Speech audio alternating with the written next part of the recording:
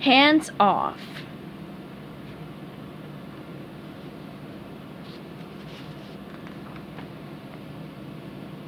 SpongeBob was playing with his best friend Patrick. He slid down Patrick's rock, sprinted over to Squidward's house, and ran up the side. "Beat that!" yelled SpongeBob happily. "That's my fastest time yet!" "Oh yeah?" shouted Patrick. "I bet I can do it even faster!" Squidward leaned out of his window. "Will you two be quiet?" he said, snarling. "I'm trying to practice my clarinet."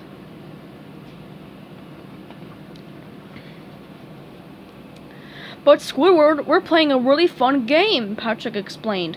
"See? You slide down my rock, then you zip over to your house, and then run up the side."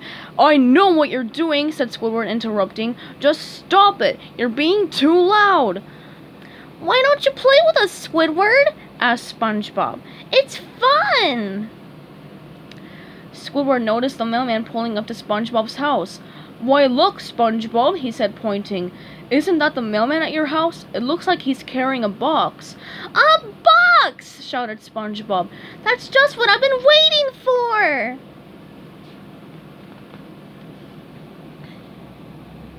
SpongeBob carefully opened the box. "At last," he whispered. "Do you realize what this is, Patrick?" Patrick nodded. "I have no idea," he said slowly. SpongeBob trembled with excitement. "This," he explained, "is a genuine Merman Man and Barnacle Boy bubble blower in its original packaging!" "Wow," said Patrick. "What does that mean?" SpongeBob gently lifted the bubble blower and stared at it.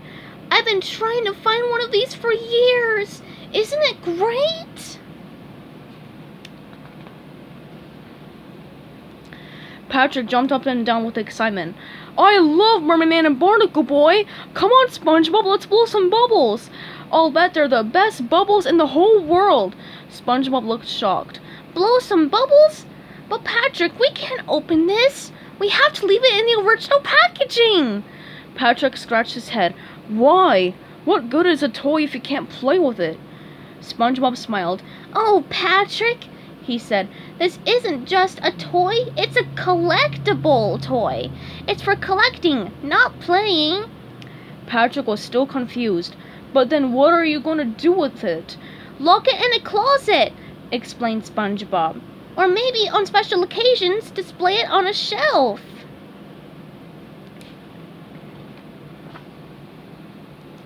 Patrick stared at the bubble blower.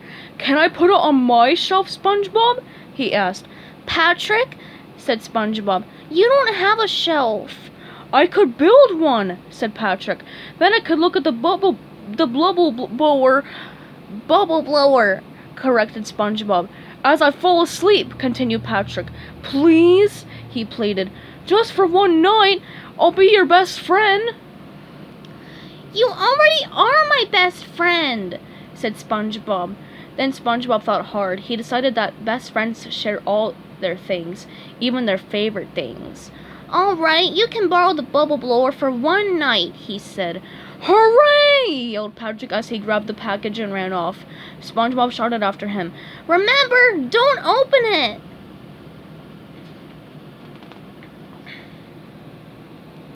At nighttime, SpongeBob got ready for bed. "Good night, Gary," he said. "I sure am glad I let Patrick borrow my new bubble blower. That's what best friends do." "Meow," said Gary.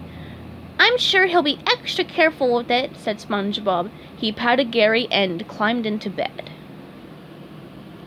But as he laid in bed, SpongeBob started to worry about all the things Patrick might be doing with the bubble blower. Had he taken it out of the package? Was he using up all the soap bubbles? Or was he doing something really terrible, like breaking the Merman Man bubble wand? SpongeBob couldn't take it anymore. He got up, put on his clothes, and went downstairs. Gary followed him. "Sorry, Gary," SpongeBob said. "I'm not taking you out for a walk. I'm just going to sneak over to Patrick's house and make sure everything's okay with my new bubble blower." Gary frowned. "And don't give me that look," said SpongeBob. SpongeBob creeped past Squidward's house, As he tiptoed up to Patrick's rock, he thought about his precious bubble blower. "Please be in the box! Please be in the box! Please be in the box!" he thought aloud.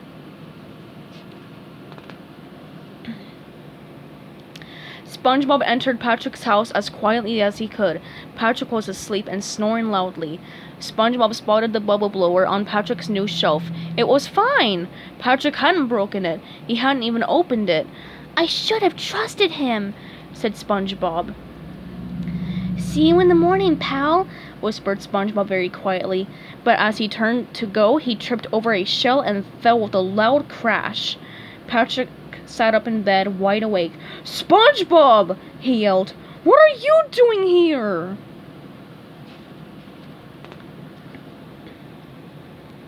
"I'm sorry, Patrick," said SpongeBob, embarrassed. "I was just, well, I guess I was just a teensy bit worried about my Mermaid Man and Barnacle Boy bubble blower." Patrick quickly put on his shorts. He was shocked. "You mean you didn't trust me? Your best friend?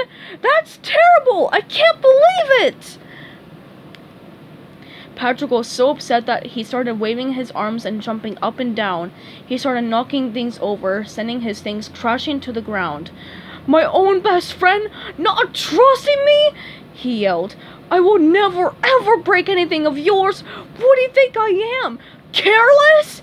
"Patrick, please!" called SpongeBob. "You're breaking all your stuff!" Patrick stopped and looked around at all the things he'd broken. "Geez, SpongeBob, I guess I am a little bit careless," he said. "You were right to be worried. You'd better take your bubble blower home before I break it." Patrick walked over toward the bubble blower, tripped, and almost knocked it off the shelf. "You pick it up!" he cried. "I shouldn't have even touched it. I'm just a big, clumsy oaf."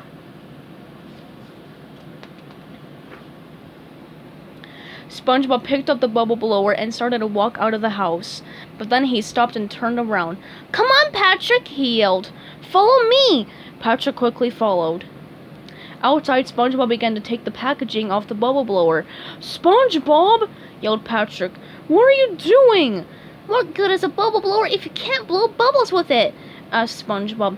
"Want to play with it?" "I sure do," said Patrick.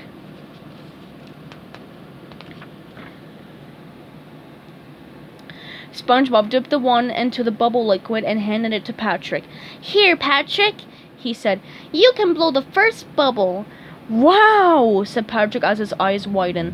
"The first bubble!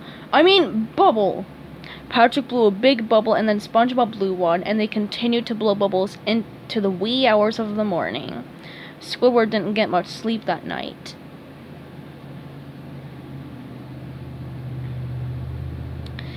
The end.